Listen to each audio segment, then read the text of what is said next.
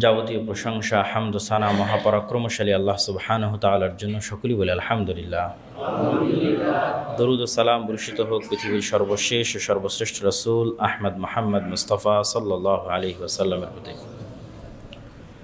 আজকে অত্র জুমার খুতবায় আমাদের পূর্ব নির্ধারিত বিষয়বস্তু অভিশপ্ত এবং ধ্বংসপ্রাপ্ত জাতি ও ব্যক্তি, এবং পবিত্র কোরআন থেকে আমি সেই আয়াতগুলোই তেলাওয়াত করছিলাম যেগুলোতে আল্লাহ সুবহানাহু তাআলা অতীতে ধ্বংস হওয়া জাতির বিবরণ দিয়েছেন। যারা আমরা সূরা ফাতিহা পড়ি অর্থ বুঝে, তারা সবাই জানি যে সূরা ফাতিহার শেষ আয়াতে আল্লাহ সুবহানাহু তাআলা একটা মানদণ্ড স্থাপন করেছেন যে ইহদিনাস সিরাতাল মুস্তাকিম সিরাতাল লাযীনা আনআমতা আলাইহিম। হে আল্লাহ, ওই রাস্তা দেখান যে রাস্তা সহজ সরল, দুনিয়া থেকে সরাসরি জান্নাত পর্যন্ত কানেক্টেড, একটা সরল রেখার মতো। এখানে শুরু হবে, জান্নাতে গিয়ে ছেড়ে দিবে। তো সেই রাস্তা কোনটা? সিরাতাল লাযীনা আনআমতা আলাইহিম। সেই রাস্তা ওই রাস্তা যাদের উপর আল্লাহ দয়া করেছেন, তারা যেই রাস্তায় চলেছে। আর সেই রাস্তা ওই রাস্তা নয় গায়রিল মাগদুবি আলাইহিম ওয়ালাদ-দাল্লিন, যাদেরকে আল্লাহ অভিশপ্ত এবং পথভ্রষ্ট বানিয়েছেন, তারা যেই রাস্তায় চলেছে সেই রাস্তা নয়। আর এই ছোট্ট সংক্ষিপ্ত আয়াতই পুরো কোরআন ব্যাপী আল্লাহ বিস্তারিত বর্ণনা করেছে। কিভাবে, কাদের উপর আল্লাহ দয়া করেছে? নবীদের উপর দয়া করেছে। তো পুরো কোরআন আল্লাহ নবীদের জীবনীতে পরিপূর্ণ করে দিয়েছে, যাতে ওই রাস্তাটা মানুষের কাছে ক্লিয়ার হয় যে তুমি কোন রাস্তায় চলবা। আল্লাহর দয়াপ্রাপ্ত মানুষদের রাস্তায় চলো। তো আল্লাহর দয়াপ্রাপ্ত কারা? নবীরা। নবীরা কিভাবে জীবনযাপন করতো, এই তো আমি নবীদের ঘটনা তোমাদের সামনে তুলে ধরতেছি। আর কোন রাস্তায় তুমি চলবে না, যেই রাস্তায় অভিশপ্ত এবং পথভ্রষ্টরা চলেছে। অভিশপ্ত এবং পথভ্রষ্ট কারা, এই নাও আমি পবিত্র কোরআনে তোমাদের সামনে তুলে ধরতেছি কারা পথভ্রষ্ট, কারা অভিশপ্ত। তাহলে একই সাথে যারা আল্লাহর নেয়ামত প্রাপ্ত, তাদের রাস্তাও স্পষ্ট হয়ে যাচ্ছে, পাশাপাশি যারা অভিশপ্ত এবং পথভ্রষ্ট, তাদের রাস্তা স্পষ্ট হয়ে যাচ্ছে। এত স্পষ্ট বিবরণের পরেও যদি মানুষ অভিশপ্তদের রাস্তাই অবলম্বন করে, তাহলে আল্লাহ দায় মুক্ত, নবীরা দায় মুক্ত। তখন দায় নিজের, কেন আল্লাহ স্পষ্ট বলে দিয়েছেন এই এই রাস্তা অভিশপ্তদের রাস্তা। তো আজকের এই বিষয়বস্তু থেকে আমাদের শিখার বিষয় কিন্তু এটি, যে আমরা অভিশপ্ত জাতির কথা শুনে শিখব কি? যেই অপরাধে আল্লাহ তাদের শাস্তি দিয়েছে, ওই অপরাধগুলো আমাদের মধ্যে আছে কিনা, আমরা ওই রাস্তা অবলম্বন করছি কিনা। আমরা যদি ওই রকমের রাস্তা অবলম্বন করি, তাহলে আমাদের শাস্তির ধরন কি হতে পারে? আল্লাহ সুবহানাহু তাআলা পবিত্র কোরআন মাজিদে বলছেন, ওয়াকাম মিন ক্বরিয়াতিন আহলাকনাহা ফাজাআহা বা'সুনা বায়াতান আও হুম কাইলুন। এরকম কত নগর, কত শহর এবং বন্দর আমি আল্লাহ ধ্বংস করে দিয়েছি, যখন তাদের উপর আমার গজব এসেছিল তখন তারা ঘুমন্ত ছিল, অথবা দুপুরের খাওয়া দাওয়া করে বিশ্রাম করছিল। এই একই রকম আয়াত আল্লাহ সুবহানাহু ওয়া তাআলা আরও 2-3টা এনেছেন। বলেছেন আফা আমিনা আহলুল করা, শহরের মানুষ, বন্দর নগর গ্রামের মানুষ, তারা কি নিজেদেরকে নিরাপদ মনে করে নিয়েছে যে তাদের উপর আল্লাহর গজব আসবে না, তাই তারা নিশ্চিন্তে ঘুমাচ্ছে? আর এক আয়াতে আল্লাহ সুবহানাহু ওয়া তাআলা বলছেন, পরের আয়াতে, যে আও আমিনা আহলুল করা আইয়াতিয়াহুম বা'সুনা দুহা ওয়া হুম ইয়ালআবুন। গ্রাম শহর বন্দর নগরের অধিবাসীরা কি নিজেদেরকে নিরাপদ মনে করে নিয়েছে যে তাদের উপর আল্লাহর আযাব আসবে না, তাই তারা খেলতামাশায় মত্ত আছে? ওয়া হুম ইয়ালআবুন, তারা খেলতামাশায় মত্ত আছে। যেমন বিশ্বকাপ ফুটবল গেল, তারা কি নিজেদের নিরাপদ মনে করে নিয়েছে যে তারা আল্লাহর আযাব থেকে মুক্ত? আফা আমিনু মাকরাল্লাহ ফালা ইয়ামানু মাকরাল্লাহি ইল্লাল কওমুল খাসিরুন। কে আছে এমন যে নিজেকে আল্লাহর পাকড়াও থেকে মুক্ত মনে করে, নিরাপদ মনে করে?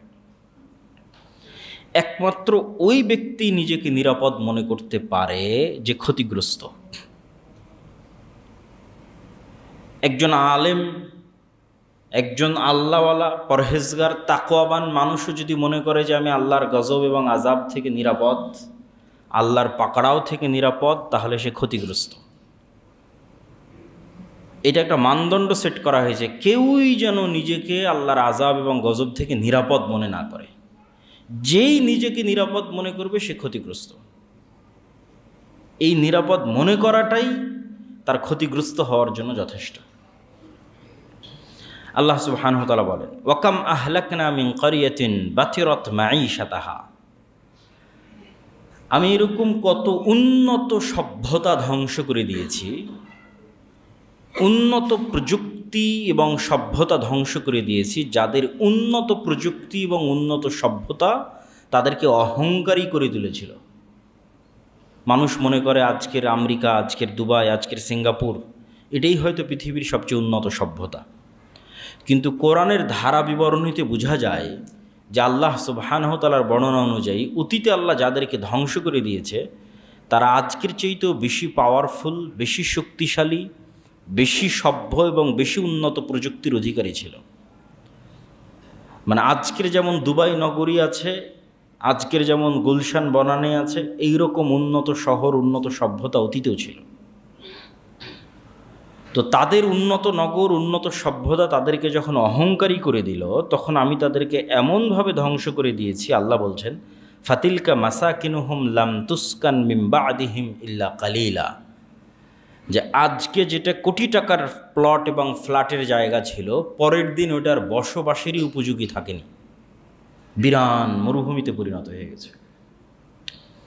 আজকে যেখানে বসে মানুষ কোটি কোটি টাকার প্লট এবং ফ্ল্যাট বিক্রি করবে মর্মে চিন্তা করছে, আমেরিকার সিলিকন ভ্যালি, তো 1 সেকেন্ড 1 মিনিটের ব্যবধানে ওইটা বসবাস অনুপযোগী বিরান মরুভূমিতে পরিণত করে দিয়েছে। ওয়াকুন্না নাহনুল ওয়ারিসিন, এই কথা দিয়ে আল্লাহ আয়াত শেষ করছে। আর চিরন্তন চিরস্থায়ী উত্তরাধিকার মালিকানা আমার, মানে যেই জমিনে, যেই মাটিতে তোমরা বসবাস করছো, যেই জমিন, যেই মাটি তোমরা শাসন করছো, যুগের পরিক্রমায়, কালের পরিক্রমায় এরকম কত আসলো আর কত গেল, এই স্থায়ী পার্মানেন্ট উত্তরাধিকার কে? এই জমি, এই মাটি, এই নগর, এই সভ্যতা, এই দেশ, এই পৃথিবীর পার্মানেন্ট মালিক কে? ওয়াকুন্না নাহনুল ওয়ারিসিন, আমি আল্লাহ হচ্ছে পার্মানেন্ট মালিক। এরকম আগেও অসংখ্য ধ্বংস করে দিয়েছি, সামনেও করব। কেউ যেন মনে না করে যে না আমি আজকে এটার মালিকানায় আছি। ক্ষণস্থায়ী মালিকানা, আর স্থায়ী মালিকানা আল্লাহ সুবহানাহু ওয়া তাআলার। আল্লাহ সুবহানাহু ওয়া তাআলা আর এক আয়াতে বলেন, ওয়াকাইয়্যিম মিন ক্বরিয়াতিন আতাত আন আমরি রাব্বিহা ওয়া রাসূলিহি, কত নগর বন্দর আমি আল্লাহ ধ্বংস করে দিয়েছি, যেই নগর বন্দরের অধিবাসীরা আল্লাহর আদেশ এবং তার রাসূলের আদেশ থেকে মুখ ফিরিয়ে নিয়েছিল। আল্লাহর আদেশ এবং তার রাসূলের আদেশ এভাবে ঘাড় ঘুরিয়ে অমান্য করেছিল। ফাহাসাবনাহা হিসাবান শাদীদা, তাদেরকে খুব শক্তভাবে আমি ধরেছি। ওয়া আযাবনাহা আযাবান নুকরা, আর তাদেরকে ভয়ঙ্কর শাস্তি দিয়েছি। আর এই প্রত্যেক যত নগর বন্দর সভ্যতা আল্লাহ ধ্বংস করেছে, তাদেরকে অযৌক্তিক কোনো কারণে ধ্বংস করেনি। এটা আর এক আয়াতে আল্লাহ বলছেন, ফাকুল্লান আখাযনা বিযামবিহি, এদের প্রত্যেককে তাদের পাপের কারণে ধ্বংস করেছি। ফামিনহুম মান আরসালনা আলাইহি হাসিবা, এবং এক একজনকে এক এক স্টাইলে ধ্বংস করেছি। আল্লাহ বলছেন, ফামিনহুম মান আরসালনা আলাইহি হাসিবা, কারো ওপর পাথর বর্ষণকারী বৃষ্টি দিয়ে ধ্বংস করেছি। অমিনহুম মান আখাদাতহু সাইহা, কাউকে বিকট আওয়াজ দিয়ে ধ্বংস করেছি। অমিনহুম মান খাসাফনা বিহিল আরজ, কাউকে মাটির নিচে ধসিয়ে দিয়েছি। অমিনহুম মান আগরাকনা, কাউকে পানিতে ডুবিয়ে মেরেছি। ওমা কানাল্লাহু লিয়াজলিমাহুম, আর এগুলো করে আল্লাহ জুলুম করেনি। শুনে মনে হচ্ছে আল্লাহ জুলুম না, ওয়ালাকিন কানু আনফুসাহুম ইয়াজলিমুন, ওরাই জুলুম করেছিল, আমি ন্যায় প্রতিষ্ঠা করতে ধ্বংস করেছি। ওরা জালেম ছিল, আল্লাহর হিকমাহ এবং আল্লাহর ন্যায় প্রতিষ্ঠার জন্য আল্লাহ সুবহানাহু ওয়া তাআলা তাদের ধ্বংস করেছে। এবং কিয়ামতের মাঠেও আল্লাহ সুবহানাহু ওয়া তাআলা যখন মানুষকে শাস্তি দিবেন, আল্লাহ কোনো ব্যক্তিগত আক্রোশ এবং ব্যক্তিগত ক্ষোভ থেকে মানুষকে শাস্তি দিবেন না। আল্লাহ সুবহানাহু ওয়া তাআলা ন্যায় প্রতিষ্ঠা করার জন্য মানুষকে শাস্তি দিবেন।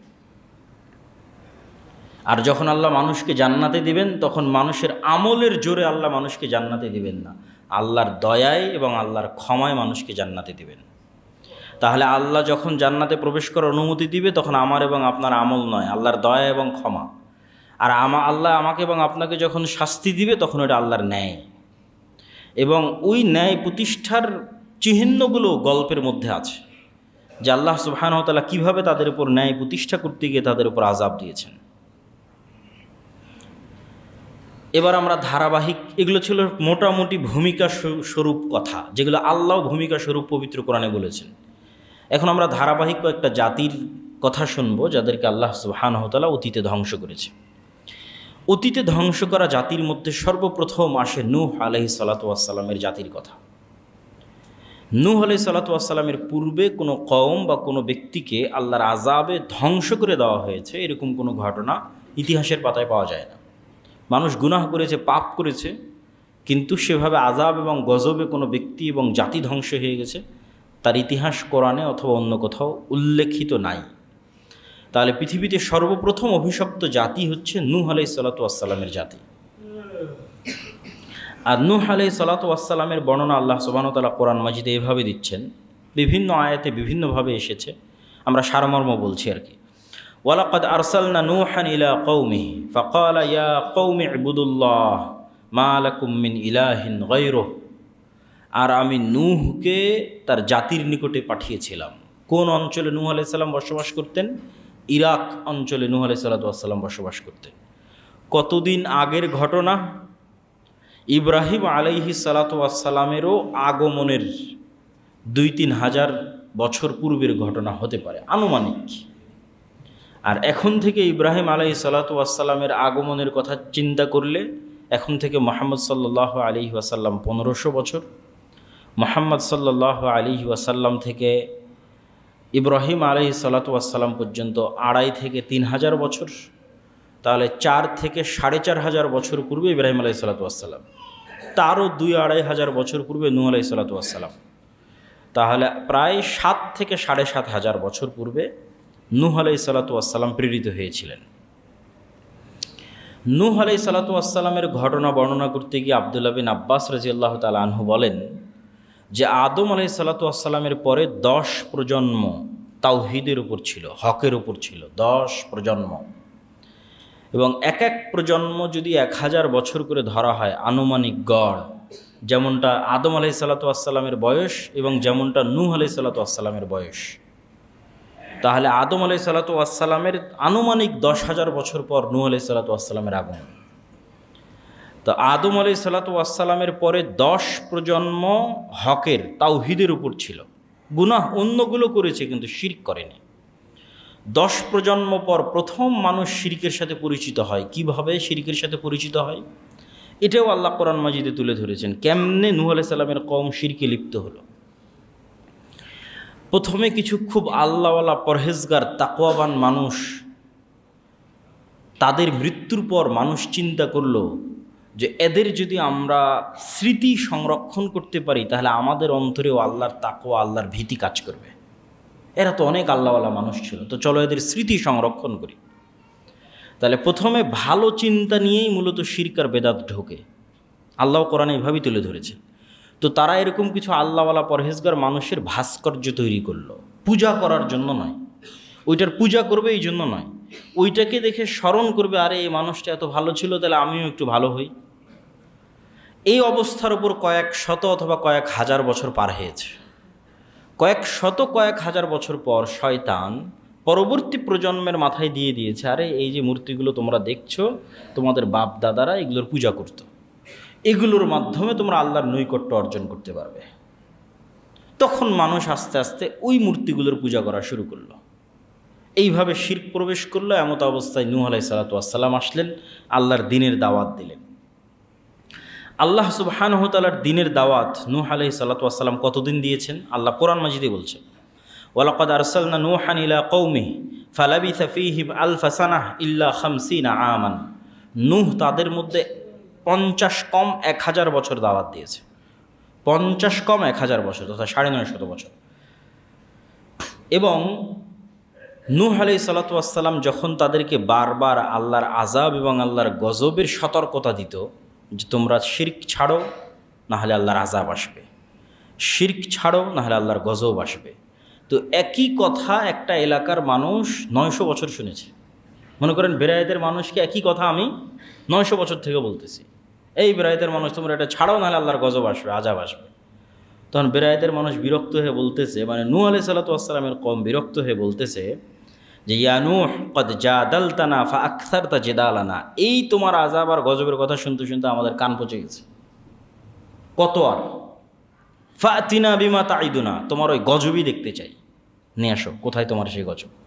ফাতিনা বিমা তাইদুনা, যে আযাব আর গজবের ভয় তুমি আমাদেরকে 950 বছর থেকে দেখাচ্ছ, আমরা তোমাকে ফাইনালি জানিয়ে দিলাম, আমরা এবার ওই আযাব এবং গজবই দেখতে চাই। ইন কুনতা মিনাস সাদিকিন, যদি তুমি সত্যবাদী হও, নিয়ে আসো তোমার সেই আযাব এবং গজব। এটাই হলো আল্লাহর ন্যায় প্রতিষ্ঠার যে একটা চিহ্ন, যে তারাই নিজে থেকে বলতেছে যে আমরা সে আযাব এবং গজব দেখতে চাই। তো নূহ আলাইহিস সালাতু ওয়াস সালামের দোয়া আল্লাহ সুবহানাহু ওয়া তাআলা কোরআন মাজিদের অন্য আর কিছু আয়াতে তুলে ধরেছেন, যে আল্লাহ নূহ আলাইহিস সালাতু ওয়াস সালাম আল্লাহর কাছে খুব ভয়াবহ দোয়া করেছেন, যে লা তাযার ফিল আরদি কাফিরিনা দাইয়ারা, যে আল্লাহ একটা কাফেরও যেন পৃথিবীতে বেঁচে না থাকে, অবশিষ্ট না থাকে, এইভাবে ভয়ঙ্কর আপনি আযাব এদের উপর দেন। তারপরে আল্লাহ সুবহানাহু ওয়া তাআলা নূহ আলাইহিস সালাতু ওয়াস সালামকে কি আদেশ দিলেন, ওয়াসনাইল ফুলকা বিআয়ুনিনা ওয়া ওয়াহয়িনা, আল্লাহ নূহ আলাইহিস সালামকে শিখিয়ে দিলেন কিভাবে নৌকা বানাতে হবে। হয়তো পৃথিবীর প্রথম সমুদ্র সভ্যতা অথবা নৌকার সভ্যতা নূহ আলাইহিস সালাতু ওয়াস সালামের হাত দিয়ে তৈরি হচ্ছে, আল্লাহু আ'লাম, আল্লাহ ভালো জানেন। ওয়াসনাউল ফুলকা ওয়া কুল্লামা মাররা আলাইহি মালাউ মিন কওমিহি সাখিরু মিন, যতবারই নূহ আলাইহিস সালাতু ওয়াস সালামের কওম এই নৌকা বানানো অবস্থায় আর পাশ দিয়ে অতিক্রম করত, ততবারই তারা ঠাট্টা করত নূহ আলাইহিস সালাতু ওয়াস সালামের। তো আল্লাহ বলছেন, ইন তাসখারু মিন্না, আজকে তুমি আমার নবীর ঠাট্টা করতেছো, ফা ইন্না নাসখারু মিনকুম কামা তাসখারুন, অচিরেই সেই দিন আসবে যেদিন আমি আল্লাহ তোমাদের সাথে ঠাট্টা করব। তো আল্লাহর ঠাট্টা তো অনেক ভয়ঙ্কর, অনেক ভয়াবহ। ফাসাউফা তা'লামুনা মান ইয়াতিহি আযাবুন ইউখজিহ, সেই দিন তোমরা বুঝতে পারবে যে আল্লাহ সুবহানাহু ওয়া তাআলার আযাব কেমন। এবার আল্লাহ নূহ আলাইহিস সালাতু ওয়াস সালামকে আদেশ দিলেন, হাত্তা ইযা জাআ আমরুনা ওয়া ফারাত তান্নূর কুল নাহমিল ফিহা মিন কুল্লিন যাওজাইন ইসনাইন, প্রত্যেক প্রাণী থেকে এক জোড়া করে নৌকায় উঠিয়ে নাও। ওয়া আহলাকা ইল্লা মান সাবাকা আলাইহিল কওল, আর যারা ঈমান আনয়ন করেছে তাদের উঠিয়ে নাও। ওয়া ক্বালা আরকাবু ফিহা বিসমিল্লাহি মাজরিহা ওয়া মুরসাহা ইন্না রাব্বি লাগফুরুর রহিম, আর এই দোয়া পড়ে বিসমিল্লাহ বলে তুমি নৌকায় আরোহণ করো। ওয়া হিয়া তাজরি বিহিম ফি মাউজিন কাল জিবাল ওয়া নাদা নূহুন ইবনুহু, আর এই নৌকা চলতে লাগলো এমন ঢেউয়ের মধ্যে দিয়ে যে ঢেউয়ের উচ্চতা ছিল পাহাড় সমপরিমাণ। ওয়া হিয়া তাজরি বিহিম ফি মাউজিন কাল জিবাল, যে ঢেউয়ের উচ্চতা ছিল পাহাড় সমপরিমাণ। কত উঁচু পাহাড় সমপরিমাণ, আল্লাহু আ'লাম। এবং সকল মুফাসসিরিনে কেরাম একমত যে সারা পৃথিবী পানিতে ডুবে গেছিল এবং সারা পৃথিবীর কোথাও কোনো উঁচু জায়গা বাকি ছিল না, তথা নিচে শুধু পানি আর উপরে শুধু আকাশ। তথা আজকের যে মহাসমুদ্রগুলো আছে, মনে করেন পুরো পৃথিবী মহাসমুদ্র, বড় বড় মহাসমুদ্র আছে, মনে করেন পুরো পৃথিবী মহাসমুদ্র হয়ে গেছে, আর উপরে শুধু আকাশ আছে। তো নূহ আলাইহিস সালাতু ওয়াস সালাম তার ছেলেকে ডাক দিয়ে বলল, ওয়া কানা ফি মা'জিলিন ইয়া বুনাইয়া আরকাব মা'না, হে বৎস আমাদের সাথে নৌকায় উঠো। ওয়ালা তাকুম মিনাল মা'আল কাফিরিন, কাফিরদের অন্তর্ভুক্ত হয় না। ক্বালা সাআবি ইলা জাবালিন ইয়াসুমুনি মিনাল মা, সে বলল, বাবা আমি এত উঁচু পাহাড়ে আশ্রয় নিব যেখানে তোমার পানি পৌঁছতে পারবে না। তখন নূহ আলাইহিস সালাম বললেন, লা আসিমাল ইয়াউমা মিন আমরিল্লাহ, আজকে আল্লাহর গজব থেকে আশ্রয় দিবে এরকম কোনো উঁচু পাহাড় এবং উঁচু গাছ বাকি থাকবে না। ওয়াহালা বাইনাহুমাল মাউজু ফাকানা মিনাল মুগরাকিন, এইভাবে আল্লাহ নূহ আলাইহিস সালাতু ওয়াস সালামের কওমকে ধ্বংস করে দিলেন। যখন পুরো কওম ধ্বংস হয়ে গেল, আল্লাহ বললেন, ইয়া আরদু বলঈ মাআক, এই জমিন পানি সব শুষে নাও। ইয়া সামাউ ক্লাঈ, হে আকাশ বৃষ্টি বর্ষণ বন্ধ করে দাও। ওয়াগিজাল মা ওয়া কুজিয়াল আমর, ধীরে ধীরে পানি কমতে লাগলো। ওয়াস্তাওয়াত আলাল জুদি, এবং জুদি নামক পাহাড়ে নূহ আলাইহিস সালাতু ওয়াস সালামের নৌকা থামলো। যেটা মনে করা হয় যে তুরস্কের আরারাত যে পাহাড়, সেই পাহাড়কে অনেক ঐতিহাসিক মনে করেন যে এটি সেই জুদি পাহাড় যেখানে নূহ আলাইহিস সালাতু ওয়াস সালামের নৌকা থেমেছিল। তো এটা গেল নূহ আলাইহিস সালাতু ওয়াস সালামের কওমকে আল্লাহ সুবহানাহু ওয়া তাআলা এভাবে ধ্বংস করে দিলেন। এরপরে কোন কওমকে আল্লাহ ধ্বংস করেছেন? ঐতিহাসিকগণ এবং মুফাসসিরিনে কেরাম মোটামুটি একমত যে এরপরে যে কওমকে আল্লাহ ধ্বংস করেছেন সেটা হচ্ছে আদ জাতি, যাদের নিকটে আল্লাহ নবী হিসেবে পাঠিয়েছিলেন হুদ আলাইহিস সালাতু ওয়াস সালামকে। তারপরে আল্লাহ সুবহানাহু ওয়া তাআলা ধ্বংস করেছেন সামুদ জাতি, যাদের নিকটে আল্লাহ নবী হিসেবে পাঠিয়েছিলেন সালেহ আলাইহিস সালাতু ওয়াস সালামকে। তাদের পরে আল্লাহ ধ্বংস করেছেন লূত আলাইহিসসালামের জাতিকে, যাদের নিকটে আল্লাহ নবী হিসেবে পাঠিয়েছিলেন লূত আলাইহিসসালামকে, যিনি ইব্রাহিম আলাইহিসসালামের সমসাময়িক। তাহলে কি বোঝা গেল? ইব্রাহিম আলাইহিসসালাম থেকে নিয়ে নূহের মাঝামাঝি তিনটে জাতি ধ্বংস হয়েছে। একটা নূহ আলাইহিসসালামের জাতি ধ্বংস হয়েছে, একটা আদ জাতি ধ্বংস হয়েছে, একটা সামুদ জাতি ধ্বংস হয়েছে। এগুলো ইব্রাহিম আলাইহিসসালামের পূর্বেই। আর ইব্রাহিম আলাইহিসসালামের সমসাময়িক লূত আলাইহিসসালামের জাতি। আদ জাতির অপরাধ কি ছিল? আদ জাতির অপরাধ ছিল অহংকার। আল্লাহ তাদের অহংকারের বর্ণনা কোরআন মাজিদে দিচ্ছেন। কি পরিমাণ অহংকার দেখেন। ফাআম্মা আদুন ফাস্তাকবারু ফিল আরদি বিগাইরিল হক। আদ জাতি জমিনে চরম অহংকার করেছিল এবং অহংকারের আতিশয্যে তারা এটা বলেছিল, মান আসাদ্দু মিন্না কুওয়া। আজকের পৃথিবীতে আমাদের চেয়ে শক্তিশালী পাওয়ারফুল কে আছে?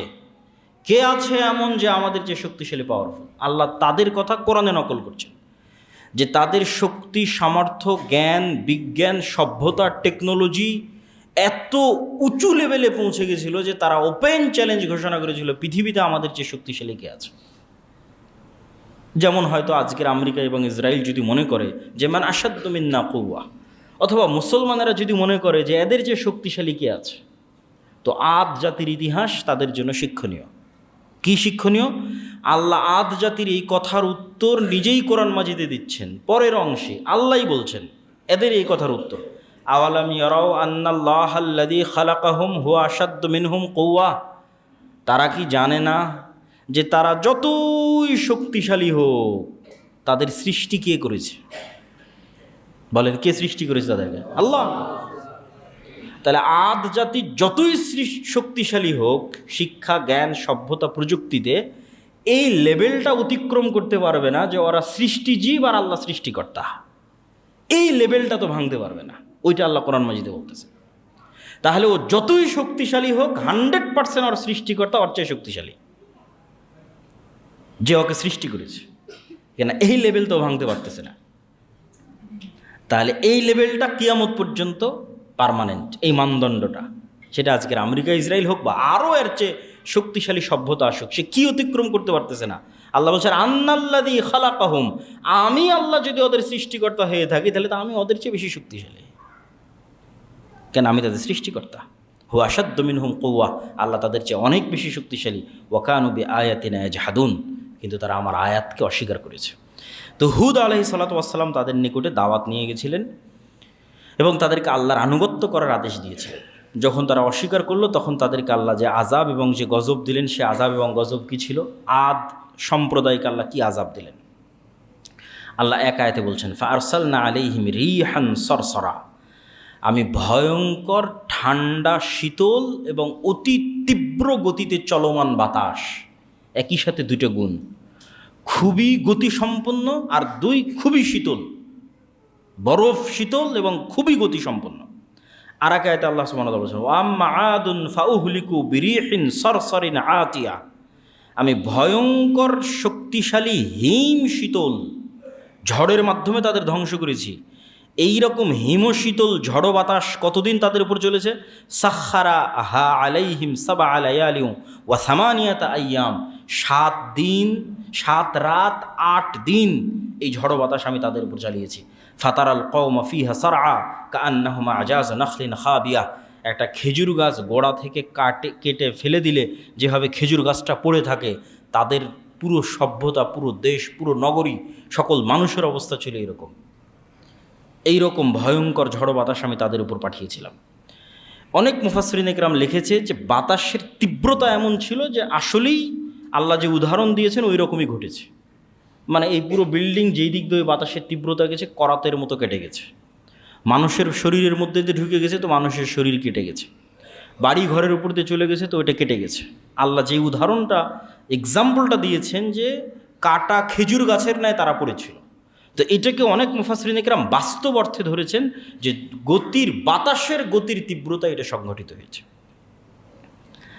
তাহলে আদ জাতিকে আল্লাহ সুবহানাহু ওয়া তাআলা এইভাবে ধ্বংস করলেন।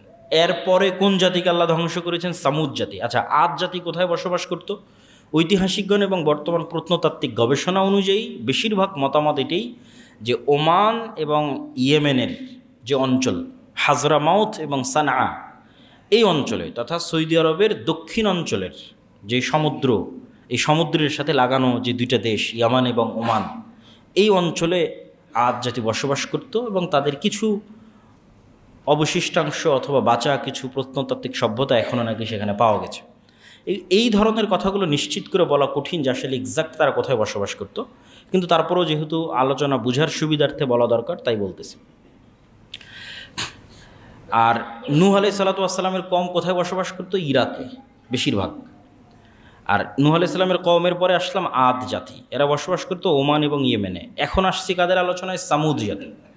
এবং আমাদের আলোচনা আমরা সময়ের ধারাবাহিকতায় সাজিয়েছি, যে কে আগে ধ্বংস হয়েছে কে পরে ধ্বংস হয়েছে, ওই ধারাবাহিকতার সাথে আমরা সময়টা বুঝতে পারবো আর লোকেশনও বুঝতে পারবো। সামুদ জাতি কোথায় বসবাস করত? সামুদ জাতি বসবাস করত বর্তমান সৌদি আরবের উত্তর দিকে মিশর সীমান্তবর্তী একটা অঞ্চল আছে যেটা মাদাইন সালেহ নামে পরিচিত। এখন ওখানে তারা পর্যটন এরিয়া তৈরি করেছে, আল ওলা, বিশাল পর্যটন এরিয়া তৈরি করেছে এই অঞ্চলগুলোকে সামনে রেখেই, যে অঞ্চলগুলোতে আল্লাহ অভিশপ্ত জাতিদের ধ্বংস করে দিয়েছিলেন, যে অঞ্চলে রাসূল সাল্লাল্লাহু আলাইহি ওয়াসাল্লাম তাবুকের যুদ্ধের জন্য গেছিলেন, সেটা সামুদ জাতির অঞ্চল। তো সামুদ জাতিকে আল্লাহ সুবহানাহু ওয়া তাআলা কীভাবে ধ্বংস করলেন? ওয়াইলা সামুদ আখাহুম সালেহ, সামুদ জাতির নিকটে পাঠিয়েছিলাম সালেহকে নবী হিসেবে। ক্বালা ইয়া কওমি ইবুদুল্লাহ মা লাকুম মিন ইলাহিন গায়রুহু, হে আমার জাতি, আল্লাহর ইবাদত করো, আল্লাহ ব্যতীত অন্য কারো আনুগত্য করিও না। আর আমি আল্লাহর পক্ষ থেকে তোমাদের জন্য একটা নিদর্শন নিয়ে এসেছি।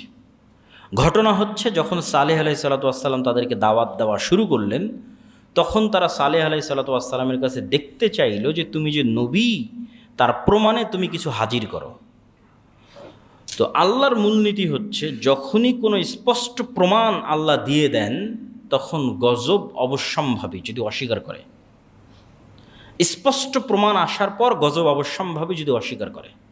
এই জন্য সাধারণত নবী রাসূলদের কাছে স্পষ্ট প্রমাণ চাইতে হয় না, তাদের দাওয়াতের উপরে ঈমান আনতে হয়, যেটা উম্মতে মুহাম্মাদি করেছে, যেটা উম্মতে মুহাম্মাদি মুহাম্মদ সাল্লাল্লাহু আলাইহি ওয়াসাল্লামের দাওয়াতে ঈমান আনয়ন করেছে, এটাই হওয়া উচিত।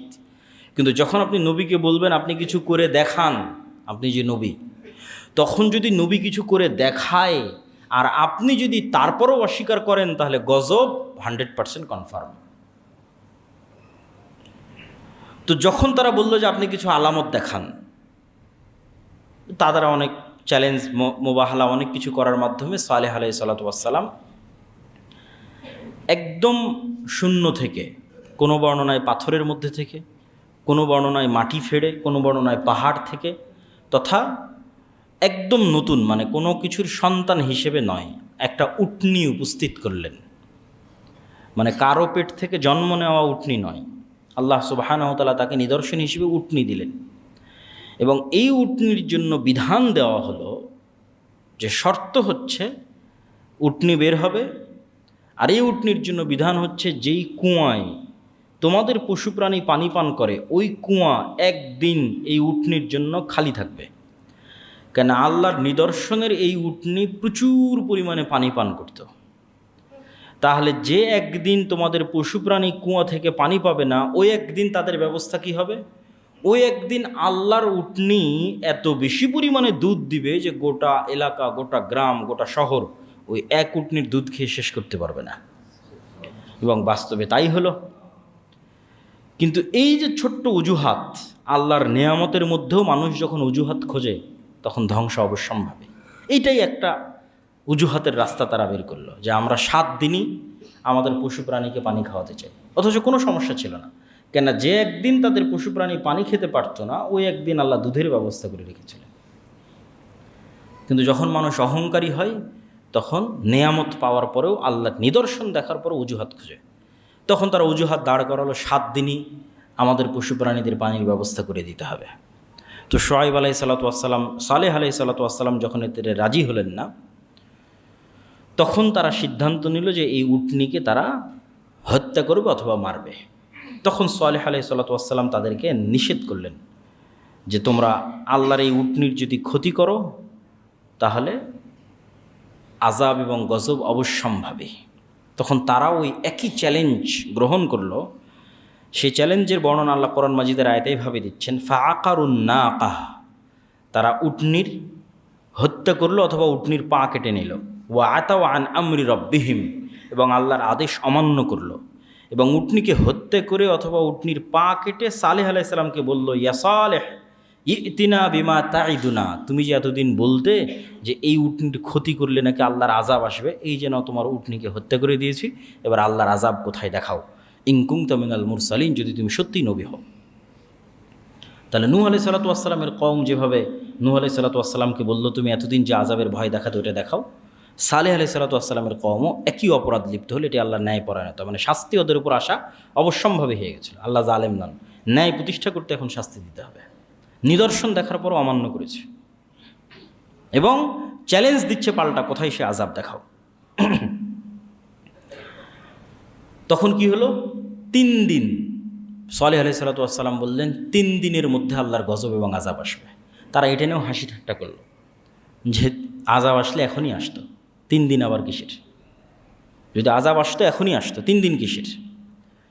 তো কিছু বর্ণনা অনুযায়ী পাওয়া যায় প্রথম দিন তাদের চেহারার রং পরিবর্তন হয়ে গেল, দ্বিতীয় দিন আরও পরিবর্তন হয়ে গেল এবং তৃতীয় দিন তাদের চেহারা পরিপূর্ণরূপে কালো রূপান্তর ধারণ করলো এবং বিকট আওয়াজ, যেই বিকট আওয়াজে যে যে অবস্থায় ছিল সে অবস্থায় থেকে গেল। আরবি ইবারত হচ্ছে ফিদারিহিম জাসিমিন। জাসিমিন অর্থ হচ্ছে একদম জড় পদার্থের মতো, জড় বস্তুর মতো হয়ে যাও। আমি পানি খাচ্ছিলাম, বিকট আওয়াজ যখন হয়েছে তখন আমি এই পানি খাওয়া অবস্থাতে এভাবেই স্টিল দাঁড়িয়ে মরে গেছি। আমি হয়তো খেলাধুলা করছিলাম, আমি হয়তো কোনো একটা কাজে লিপ্ত ছিলাম, যে কাজে যে অবস্থায় ছিল বিকট আওয়াজে সে অবস্থায় ওইভাবেই জড় বস্তু, জড় পদার্থের মতো হয়ে গেছে এবং মারা গেছে। তাহলে এটা গেল সামুদ জাতির উপর আল্লাহ সুবহানাহু ওয়া তাআলার আযাব। এরপরে কোন জাতির উপর আযাব এসেছে? লূত আলাইহিস সালাতু ওয়াস সালামের উপর। লূত আলাইহিস সালাতু ওয়াস সালাম হচ্ছেন ইব্রাহিম আলাইহিস সালাতু ওয়াস সালামের সমসাময়িক এবং ইব্রাহিম আলাইহিস সালাতু ওয়াস সালামের আপন ভাতিজা তথা ভাইয়ের ছেলে। তো লূত আলাইহিস সালাতু ওয়াস সালাম যেই অঞ্চলে দাওয়াত দিতেন এই অঞ্চলটা আজকের জর্ডান, ইসরায়েল এবং ফিলিস্তিন এরিয়ার মধ্যে পড়ে, যে অঞ্চলে লূত আলাইহিস সালাতু ওয়াস সালাম দাওয়াত দিতেন। এবং অনেক প্রত্নতাত্ত্বিক মনে করে আজকের যেটা ডেড সি, মৃত সাগর, যে মৃত সাগরে মানুষ সাধারণত ডোবে না, এই মৃত সাগর এরিয়াতেই লূত আলাইহিস সালাতু ওয়াস সালামের কওম বসবাস করত। তাদের অপরাধ ছিল এখন পর্যন্ত অতীতে যে জাতি যা অপরাধ করেছে তার চেয়ে ব্যতিক্রম। কওমে নূহ, কওমে সালেহ এবং কওমে হুদ, আদ, সামুদ এবং নূহ আলাইহিস সালাতু ওয়াস সালামের কওম কেউই এই অপরাধে লিপ্ত হয়নি। সেটা ছিল বিকৃত যৌনাচার তথা সমকামিতা, যা পৃথিবীর ইতিহাসে অতীতে কখনো সংঘটিত হয়নি। এইরকম এক ভয়াবহ, নিকৃষ্ট এবং জঘন্যতম অপরাধে তারা লিপ্ত ছিল। লূত আলাইহিস সালাতু ওয়াস সালাম তাদের কাছে আল্লাহ সুবহানাহু ওয়া তাআলার দ্বীনের দাওয়াত নিয়ে গেলেন এবং তার দাওয়াত ছিল এটাই, আতাতুনাল ফাহিশাতা মা সাবাকাকুম বিহা মিন আহাদিম মিনাল আলামিন। আল্লাহ কোরআনে বলছে তোমরা এমন নিকৃষ্ট ভয়ঙ্কর অপরাধে লিপ্ত হয়েছ যে অপরাধে পৃথিবীতে অতীতে কেউ লিপ্ত হয়নি। মা সাবাকাকুম বিহা মিন আহাদিম মিনাল আলামিন, অতীতে পৃথিবীতে কেউ লিপ্ত হয়নি, এরকম ভয়াবহ অপরাধে তোমরা লিপ্ত হয়েছ। ইন্নাকুম লাতাতুনার রিজালা শাহওয়াতাম মিন দুনিন নিসা, দুনিয়াতে কি মহিলা কম পড়েছে যে তোমরা এই ধরনের নিকৃষ্টতম অপরাধে লিপ্ত হচ্ছ? এইভাবে লূত আলাইহিস সালাতু ওয়াস সালাম তাদেরকে দাওয়াত দিল। তো তারা উত্তরে কি বলল? ওয়ামা কানা জাওয়াবা কওমিহি ইল্লা আন ক্বালু আখরিজুহুম মিন ক্বরিয়াতিকুম। মানুষ যখন অপরাধে, প্রকাশ্য অপরাধে এমনভাবে লিপ্ত হওয়া শুরু করে তখন এরকম সত্যের দাওয়াতও মানুষের কাছে অগ্রহণযোগ্য মনে হয়। আপনি লূত আলাইহিস সালাতু ওয়াস সালামের কওমের উত্তরটা শোনেন। লূত আলাইহিস সালাতু ওয়াস সালামের কওমের উত্তর যদি আমি আমার ভাষায় বলতে চাই, অনুবাদ থেকে বুঝে, অনুবাদটাও বলতেছি, এসেছে বড় পবিত্র, বড় পবিত্র এসেছে, এই পবিত্রকে আমাদের এলাকায় রাখার দরকার নাই, পবিত্রকে বের করে দাও আমাদের এলাকা থেকে। বেশি পবিত্রতা, বেশি পর্দা, বেশি আল্লাহওয়ালার দার্স দেওয়ার জন্য এসেছে। ভাষা ছিল এরকম। আখরিজুহুম মিন ক্বরিয়াতিকুম ইন্নাহুম উনাসুন ইয়াতাতাহহারুন। আরে লূত আলাইহিস সালাতু ওয়াস সালামের মতো পবিত্র লোকের আমাদের এলাকায় দরকার নাই। গান বাজনা শুনবে না, নাচ গান করতে দিবে না, ড্যান্স করতে দিবে না, এত ভালো মানুষের দরকার নাই, আমাদের এলাকা থেকে বের করে দাও।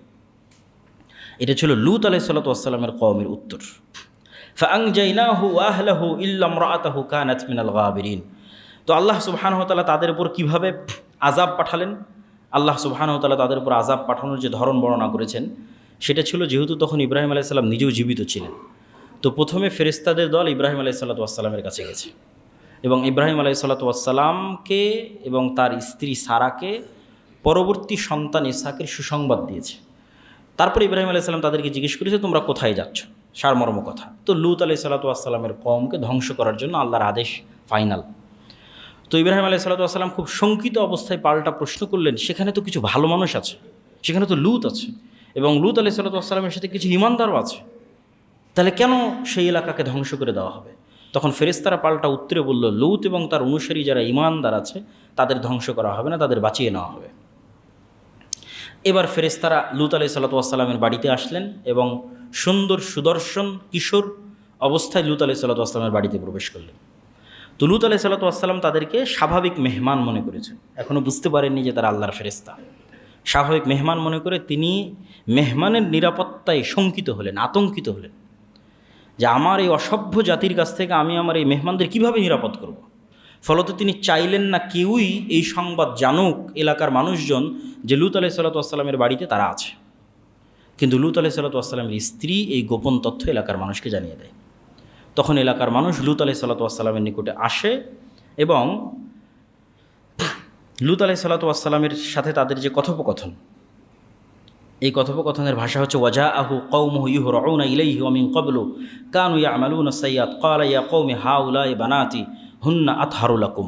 তারা এসে লূত আলাইহিস সালাতু ওয়াস সালামকে বলল, এদেরকে আমাদের হাতে উঠিয়ে দাও। তখন লূত আলাইহিস সালাতু ওয়াস সালাম বললেন, দেখো আমার কন্যারা আছে, হুন্না আতহারু লাকুম, আমার মেয়েরা তোমাদের জন্য অতি পবিত্র, তোমরা যদি চাও আমার মেয়েদের সাথে তোমাদের বিবাহ দিয়ে দিচ্ছি, আমার মেয়েদেরকে চাইলে তোমরা নিয়ে যেতে পারো। ফাত্তাকুল্লাহ, আল্লাহকে ভয় করো। ওয়ালা তুখজুনি ফি যাইফি, এরা আমার মেহমান, আমার মেহমানদের সামনে আমাকে অপমান করিও না। আলাইসা মিনকুম রাজুলুর রশিদ, তোমাদের মধ্যে কি একটাও ভালো মানুষ নাই, একজনও সভ্য চিন্তার মানুষ নাই যে আমার মেহমানের সামনে আমাকে অপমান করবে।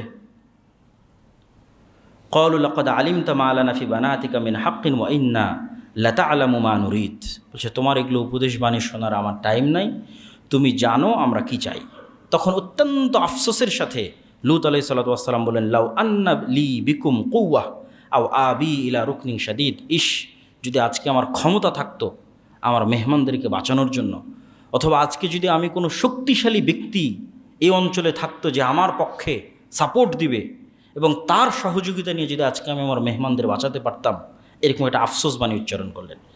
যখন লূত আলাইহিস সালাতু ওয়াস সালাম এই আফসোস উচ্চারণ করলেন, তখন এবার ফেরেশতারা বলল, ইন্না রুসুল রব্বিক লা ইয়াসিলু ইলাইক, হে লূত আপনি ভয় পেয়েন না, আমরা আল্লাহর পক্ষ থেকে পাঠানো ফেরেশতা, তারা আমাদের কোনো ক্ষতি করতে পারবে না। ফা আসরি বিআহলিক বিকিতিম মিনাল লাইল, আপনি রাতের অন্ধকারে আপনি এবং আপনার সাথে যারা ঈমানদার আছে এই শহর ছেড়ে পালিয়ে যান।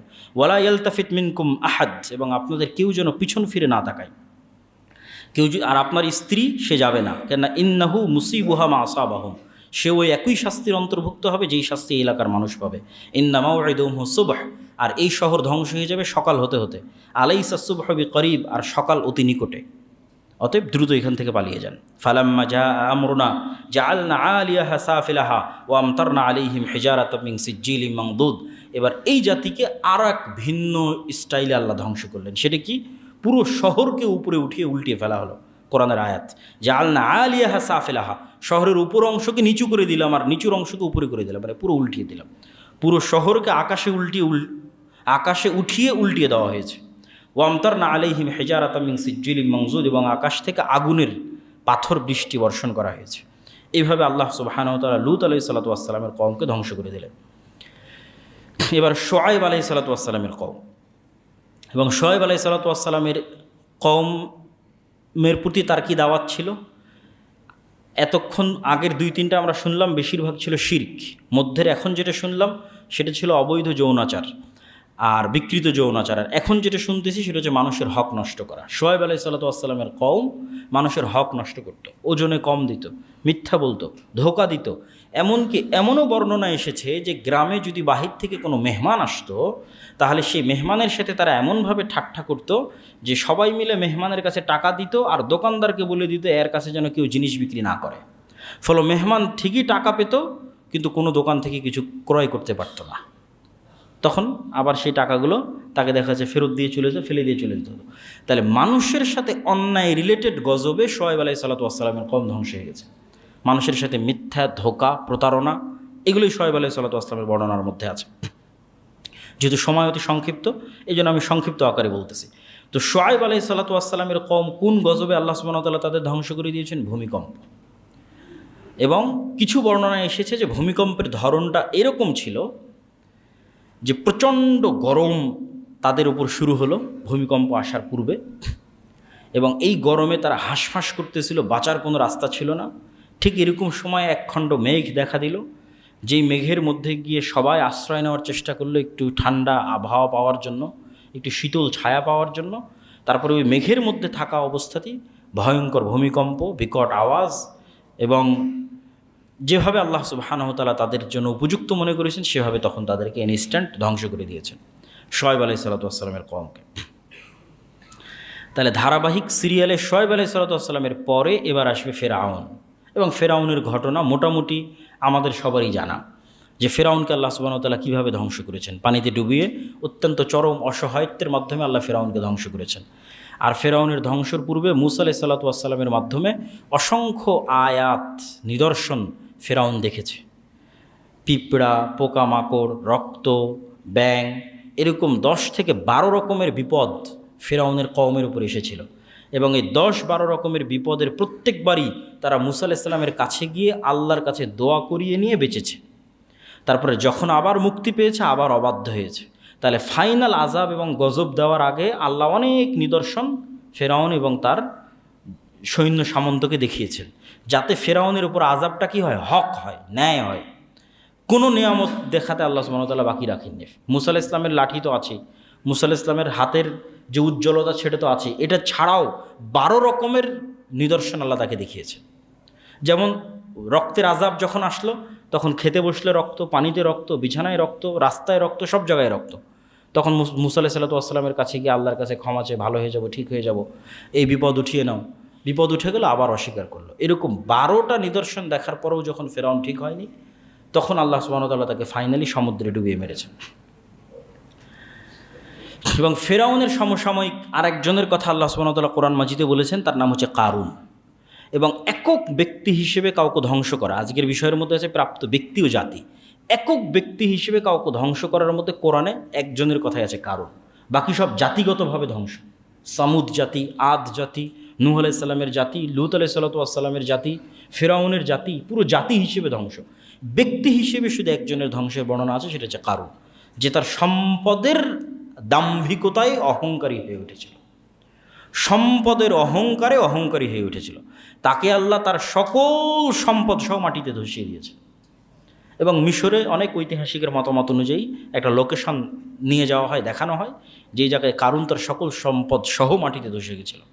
তো এটা ছিল কারুনকে ধ্বংস করার আল্লাহ সুবহানাহু ওয়া তাআলার ধরন বা স্টাইল। এবার যেই বানু ইসরাইল মূসা আলাইহিসসালাতু ওয়াসসালামের মাধ্যমে ফেরাউনের কবল থেকে মুক্তি পেল, এই বানু ইসরাইলের ওপরেও আল্লাহ সুবহানাহু ওয়া তাআলা তাদেরই অবাধ্যতার কারণে অনেক আযাব এবং গজব দিয়েছেন। তার 2-1টা আযাব এবং গজব আমরা তুলে ধরি সংক্ষিপ্ত করে। একটা হচ্ছে শনিবারের বিধানকে লঙ্ঘন করা। এই বানু ইসরাইলরা দাউদ আলাইহিসসালাতু ওয়াসসালামের সময়ে শনিবারের দিন দাউদ আলাইহিসসালাতু ওয়াসসালাম যখন জাবুর তেলাওয়াত করতেন, তার কণ্ঠস্বর খুব সুন্দর ছিল, পশু পাখি মাছেরা পর্যন্ত তার তেলাওয়াত শুনতে আসতো। ওই সুযোগে তারা মাছ শিকার করত। আল্লাহ নিষেধ করলেন যে না, তোমরা মাছ শিকার করিও না। তারা কৌশল অবলম্বন করে মাছগুলোকে ঘিরে রাখতো, রবিবারের দিন শিকার করত। এই অপরাধে আল্লাহ সুবহানাহু ওয়া তাআলা তাদেরকে বানরে পরিণত করে দিলেন। তাহলে এবারের আযাবের ধরনটা আরও ভিন্ন। সেটা কি? চেহারার বিকৃতি। তারা বানরে পরিণত হয়ে গেল। এবং মানুষের ডিএনএর সাথে পৃথিবীর আর অন্য 2টি প্রাণীর ডিএনএ সবচেয়ে বেশি মিলে, একটা বানর আর একটা হচ্ছে শুকুর। ফলত আমরা যেমন সামান্য কোডিং চেঞ্জ করলেই ফাংশন চেঞ্জ হয়ে যায়, ওয়েবসাইটের সামনের যে আউটলুকটা আছে সেটা চেঞ্জ হয়ে যায় সামান্য কোডিং চেঞ্জ করলেই। তো এটা মানুষের কাছে যেমন ইজি, আল্লাহ সুবহানাহু ওয়া তাআলার কাছে মানুষকে আর দ্বিতীয় কোনো প্রাণীতে পরিণত করার ক্ষেত্রে সামান্য ডিএনএতে পরিবর্তন করে দিলেই মানুষকে বানর আর শুকুর বানানো 1 সেকেন্ডের ব্যাপার। কারণ 98% ডিএনএ বানরের সাথে শুকুরের সাথে মানুষের মিলে। তাহলে আর 1-2% মধ্যে যদি আল্লাহ পরিবর্তন করে দেয়, সকালবেলা মানুষ ঘুম থেকে উঠে দেখবে সে বানর হয়ে গেছে, সকালবেলা মানুষ ঘুম থেকে উঠে দেখবে সে শুকুর হয়ে গেছে। আর রাসূল সাল্লাল্লাহু আলাইহি ওয়াসাল্লাম বলেছেন, আমার উম্মতের একদল মানুষ বানর এবং শুকুরে পরিণত হবে। আচ্ছা, বানু ইসরাইলের আর এক দলকে আল্লাহ সুবহানাহু ওয়া তাআলা কীভাবে ধ্বংস করেছেন সেটা হচ্ছে, মুসা আলাইহিস সালাম যখন তুর পাহাড়ে গেলেন এবং তারা সামিরি নামে একজন লোক একটা বাছুর তৈরি করলো, যে বাছুর জাদুর মাধ্যমে এবং জিবরাইল আলাইহিস সালাতু ওয়াস সালামের পদচিহ্ন দিয়ে তৈরি হওয়ার কারণে আওয়াজ করতো, হাম্বা হাম্বা করে আওয়াজ করতো, মাটির তৈরি বাছুর আওয়াজ করতো। ওই বাছুরের পূজা করতে লাগলো বানু ইসরাইল। মুসা আলাইহিস সালাতু ওয়াস সালাম এসে খেপে গেলেন। আল্লাহ বললেন, তোমাদের শাস্তি হচ্ছে যারা শিরক করেনি, তারা যারা শিরক করেছে ওদেরকে হত্যা করো। ভয়াবহ, যে নিজের বাপ মা নিজের ভাই বোনকে নিজে হাতে হত্যা করো, এটাই শাস্তি। যেহেতু তোমার বাপ শিরক করেছে, যেহেতু তোমার মা শিরক করেছে, তোমার ছেলে মেয়ে শিরক করেছে, যে শিরক করেনি সে তার আত্মীয় স্বজনের মধ্যে যারা শিরক করে তাদেরকে হত্যা করবে। এটা একটা আযাব ছিল আল্লাহর। আর একটা ছিল, যখন তাদেরকে জিহাদ করতে যাওয়ার জন্য বলা হলো, তারা বললো আমরা যাব না, তখন আল্লাহ তাদেরকে 40 বছর মরুভূমির মধ্যে উদ্ভ্রান্তের মতো ঘুরতে থাকার একটা আযাব আল্লাহ সুবহানাহু ওয়া তাআলা তাদেরকে দিয়েছিলেন। আর দুইবার তাদেরকে ভয়ঙ্করভাবে জেরুজালেম থেকে বের করে দেওয়া হয়েছে তাদের পাপের শাস্তির কারণে। হত্যা, শাস্তি, বিপদ সব মিলিয়ে দুইবার জেরুজালেম থেকে বের করে দেওয়া হয়েছে তাদের পাপের কারণে, নবীদেরকে হত্যা করার কারণে। তারা নবীদের হত্যা করত। সর্বশেষ যে জাতির ধ্বংসের কথা আল্লাহ সুবহানাহু ওয়া তাআলা কোরআন মাজিদে উল্লেখ করেছেন সেটা হচ্ছে আসহাবুল ফিল, আব্রাহা, যেটা মোটামুটি আমরা সবাই জানি যে ইয়ামানের একজন বাদশা ছিল আব্রাহা। সে কাবাঘরকে ধ্বংস করার উদ্দেশ্যে তার হাতির বাহিনী নিয়ে সফর শুরু করেছিল। যে বছর মুহাম্মদ সাল্লাল্লাহু আলাইহি সাল্লামের জন্ম হবে, এটা হচ্ছে সেই বছরের ঘটনা। আর আল্লাহ সুবহানাহু ওয়া তাআলা তাদেরকে ধ্বংস করলেন কি দিয়ে? তাদেরকে ধ্বংস করলেন আকাশে আবাবিল পাখি পাঠিয়ে তাদের মুখের উপর থেকে পাথরের দানা নিক্ষেপ করে। তাহলে এখন পর্যন্ত যতগুলো জাতির আমরা ধ্বংসের ঘটনা দেখলাম, এই প্রত্যেকটা জাতির ধ্বংসের ঘটনা এতটুকু স্পষ্ট যে আল্লাহর ধ্বংসের ধরন ভিন্ন ছিল। তাহলে আমাদের উপর আযাব এবং গজবের ধরন কি? উম্মতে মুহাম্মাদের উপর আযাব গজবের ধরন কি? বন্যা দিয়ে আল্লাহ ধ্বংস করবে, ভূমিকম্প দিয়ে ধ্বংস করবে, বিকট আওয়াজ দিয়ে ধ্বংস করবে, মাটিতে ধসিয়ে ধ্বংস করবে, আবাবিল পাঠিয়ে ধ্বংস করবে, শহর উল্টিয়ে দিয়ে ধ্বংস করবে। তো এটার উত্তর হচ্ছে যে রাসূলুল্লাহ সাল্লাল্লাহু আলাইহি ওয়াসাল্লাম আল্লাহ সুবহানাহু ওয়া তাআলার নিকটে দোয়ার মাধ্যমে উম্মতে মুহাম্মাদির যেটা সম্পূর্ণরূপে ধ্বংস, এই সম্পূর্ণরূপে ধ্বংস থেকে আল্লাহ সুবহানাহু ওয়া তাআলা উম্মতে মুহাম্মাদিকে মুক্ত করেছেন। কি সম্পূর্ণ ধ্বংস? কোনো ব্যাপক মহামারীর মাধ্যমে ধ্বংস হয়ে যাওয়া, বন্যার মাধ্যমে ধ্বংস হয়ে যাওয়া, ভূমিকম্পের মাধ্যমে ধ্বংস হয়ে যাওয়া, এক কথায় পরিপূর্ণরূপে ধ্বংস হয়ে যাওয়া, এটা থেকে মুক্ত করেছেন। তাহলে উম্মতে মুহাম্মাদির উপর আযাবের কোন দোয়াটা আল্লাহ সুবহানাহু ওয়া তাআলা মুহাম্মদ সাল্লাল্লাহু আলাইহি ওয়াসাল্লামের কবুল করেননি? সেটা হচ্ছে উম্মতে মুহাম্মাদির উপর অন্য জাতিকে চাপিয়ে দেওয়া হবে আর তারা তাদের উপর জুলুম করবে, অথবা উম্মতে মুহাম্মাদি পরস্পরের লড়াই করবে, মারামারি করবে, পরস্পরকে হত্যা করবে। এই আযাব কিয়ামত পর্যন্ত অব্যাহত থাকবে। আপনি যখনই দেখবেন যে মুসলমানেরা অন্য কারো দ্বারা মাজলুম, তখন বুঝতে হবে এটা আমাদের পাপের ফসল। নূহ আলাইহিস সালাতু ওয়াস সালামের মতো বন্যায় আমাদের ডুবিয়ে মারা হবে না। তাহলে আমাদের কিসে আমাদের আযাব, কোথায় আযাব আমরা দেখতে পাবো? যখন দেখবো আমাদের উপর অন্য জাতি চেপে গেছে, তখন আপনি বুঝবেন, সেটা রোহিঙ্গা হোক, সেটা ফিলিস্তিন হোক, সেটা বাংলাদেশ হোক, সেটা যেখানে হোক, সেটা বাগদাদে হালাকুখা চেঙ্গিস খানের আক্রমণ হোক, সেটা জেরুজালেমে ক্রুসেডারদের আক্রমণ হোক, যেখানে দেখবেন সেখানেই দেখবেন উম্মতে মুহাম্মাদির পদস্খলন, নৈতিক এবং চারিত্রিক অধপতনের শাস্তি হিসেবে বিধর্মীদেরকে আল্লাহ সুবহানাহু ওয়া তাআলা তাদের উপর চাপিয়ে দিবেন। আর এমনিতে আমাদের ব্যক্তিগত জীবনে দুটো অপরাধ এমন আছে যে দুটো অপরাধের আযাব এবং গজব সাথে সাথেই আসবে, জীবদ্দশাতেই আসবে। রাসূলুল্লাহ সাল্লাল্লাহু আলাইহি ওয়াসাল্লাম বলেন, কুল্লু যুনুবিন ইউআখিরুল্লাহু মিনহা মা শাআ ইলা ইয়াউমিল কিয়ামাহ। প্রত্যেক কিয়ামত পর্যন্ত ঠেলে নিয়ে যান, যেই পাপের শাস্তি কিয়ামতে দেওয়া হবে। তবে দুইটা পাপের শাস্তি আল্লাহ সুবহানাহু ওয়া তাআলা দুনিয়াতেই দেন ক্বাবলাল মাউত, মৃত্যুর পূর্বে মানুষকে। একটা কি? ইল্লাল বাগি, অবৈধ সম্পর্ক, জেনা, ব্যভিচার, ওয়া কাতিআতুর রাহিম, এবং আত্মীয়তার সম্পর্ক ছিন্ন। এই দুটো অপরাধের শাস্তি এখনও গজব হিসেবে, ব্যক্তিগত গজব হিসেবে মানুষ পেতে থাকবে। এই দুটো অপরাধের শাস্তি মৃত্যুর পরে কিয়ামত পর্যন্ত অপেক্ষা করা হবে না, দুনিয়াতে জীবদ্দশাতেই। কেউ যদি বাপ মাকে অমান্য করে, বাপ মার সাথে খারাপ আচরণ করে, তাহলে এটার শাস্তি ও জীবদ্দশাতেই দেখতে পাবে। কেউ যদি অবৈধ সম্পর্ক জেনা ব্যভিচারে লিপ্ত হয়, তাহলে এটার শাস্তি সে তার জীবনেই দেখতে পাবে, যে কীভাবে তার জীবনে এটার শাস্তি নেমে কীভাবে আসবে আল্লাহ ভালো জানে, আল্লাহ সুবহানাহু ওয়া তাআলা ভালো জানে। কিন্তু এই দুটো অপরাধের শাস্তি আল্লাহ দুনিয়াতেই দেবেন। তো আমরা আমাদের এই সংক্ষিপ্ত আলোচনা থেকে এতটুকু শিক্ষা অবশ্যই গ্রহণ করতে পারি যে আল্লাহ সুবহানাহু ওয়া তাআলা মানুষকে আযাব এবং শাস্তি দিতে সক্ষম। অতীতের বিভিন্ন জাতিকে আল্লাহ সুবহানাহু ওয়া তাআলা আযাব এবং শাস্তি দিয়েছেন, বিভিন্ন কারণে দিয়েছেন। কি কারণগুলো দিয়েছেন সে কারণগুলো আমাদের অ্যানালাইসিস করতে হবে। ওই কারণগুলো যেন আমার মধ্যে না থাকে, তাহলে আমি অভিশপ্ত জাতির স্বভাব অবলম্বন করলাম। যেই কারণে আল্লাহ অতীতে মানুষকে ধ্বংস করে দিয়েছেন, ওই স্বভাব যদি আমার মধ্যে থাকে, তাহলে আমি অটোমেটিক ধ্বংসপ্রাপ্তদের রাস্তা অবলম্বন করলাম। তাহলে তো আর আল্লাহর দয়াপ্রাপ্ত নবীদের রাস্তা তো আর অবলম্বন করলাম না। তাহলে ধ্বংসপ্রাপ্ত জাতিদের কী কী অপরাধ ছিল সেটা থেকে আমাদের শিক্ষা নিতে হবে, এবং নবীরা যারা অতীতে চলে গেছেন তাদের কি ধরনের বৈশিষ্ট্য ছিল, আল্লাহ তাদের কি কি বৈশিষ্ট্যগুলো তাদের জাতির বিপরীতে তুলে ধরেছেন, সেই ভালো গুণগুলো আমাদের মধ্যে নিয়ে আসার চেষ্টা করতে হবে। আর আমরা আমাদের জীবনে যদি আল্লাহর আযাব এবং গজব বুঝতে চাই যে আমি আল্লাহর আযাব এবং গজবে আছি কিনা, তাহলে রাসূল সাল্লাল্লাহু আলাইহি সাল্লামের একটা হাদিস দিয়ে আমার আজকের বক্তব্য শেষ করব, যে ইন্নাল্লাহা ইউতিদ দুনিয়া লিমান ইউহিব ওয়া মান লা ইউহিব। আল্লাহ দুনিয়ার সুখ স্বাচ্ছন্দ্য ঐশ্বর্য তাকেও দেন যাকে আল্লাহ ভালোবাসেন, তাকেও দেন যাকে আল্লাহ ভালোবাসেন না। ইহুদিদেরকেও দিয়েছেন, খ্রিস্টানদেরকেও দিয়েছেন। আপনার গ্রামে অনেক জালেম, সুদখোর, ঘুষখোর থাকতে পারে, অপরাধী, বেনামাজি, তাকেও আল্লাহ ধন সম্পদ দিতে পারেন। তাহলে কি দেখে বুঝবেন যে আপনি আল্লাহর আযাব এবং গজব প্রাপ্তের অন্তর্ভুক্ত হননি? পরের বাক্যে রাসূল সাল্লাল্লাহু আলাইহি ওয়াসাল্লাম বলছেন, আল্লাহ তার আনুগত্যের সুযোগ তাকেই দেন যাকে আল্লাহ ভালোবাসেন।